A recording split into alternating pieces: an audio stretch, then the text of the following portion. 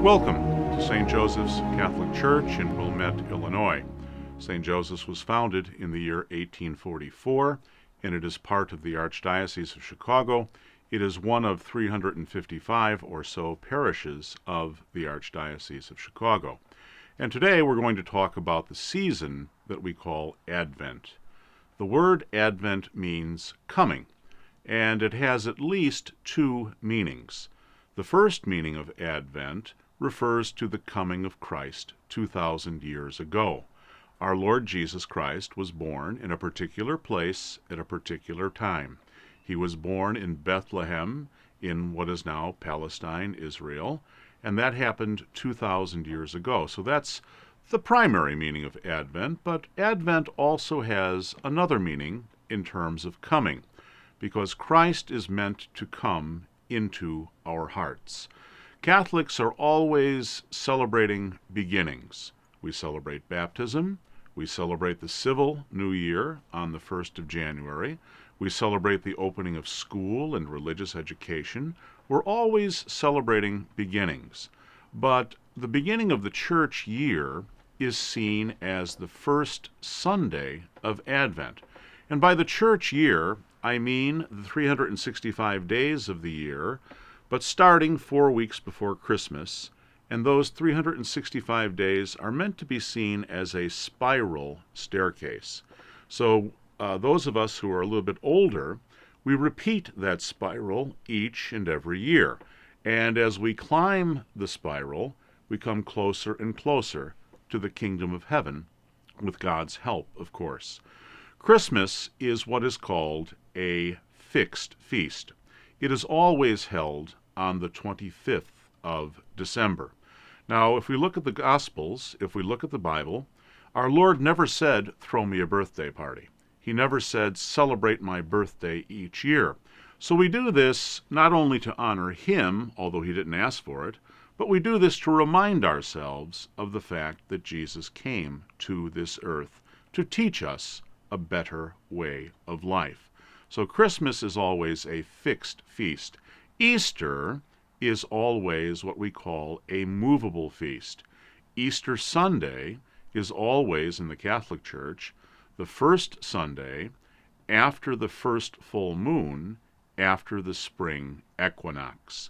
So that's why there's such a variation in the date of Easter. But Christmas is always held on the 25th of December. And the readings that we use during the church year are divided into three cycles: the A cycle, the B cycle, and the C cycle. And the cycles are distinguished by the gospel that is used. We are just finishing up the year A, the year of the Gospel of St. Matthew.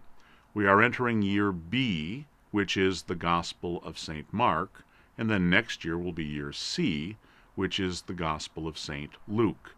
Now, when we talk about the infancy of Christ, his beginnings with his human nature, St. Matthew's Gospel tells us the story from the perspective of St. Joseph.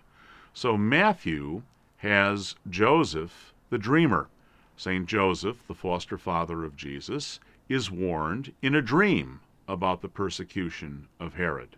And this reflects the Old Testament dreamer, Joseph of the Old Testament. Perhaps you know the musical or the play, Joseph in the Technicolor Dreamcoat. Perhaps you know that play. Well, the New Testament Joseph, the foster father of Jesus, perfectly fulfills the dreams of the Old Testament Joseph. So it's Matthew who tells us the story from Joseph's perspective. St. Luke tells the gospel story, the Christmas story, from the perspective of Mary. So in that gospel, we have the angel Gabriel appearing to Mary. We have the angels appearing to the shepherds at the time of the birth of Christ. And we have those stories from Mary's perspective.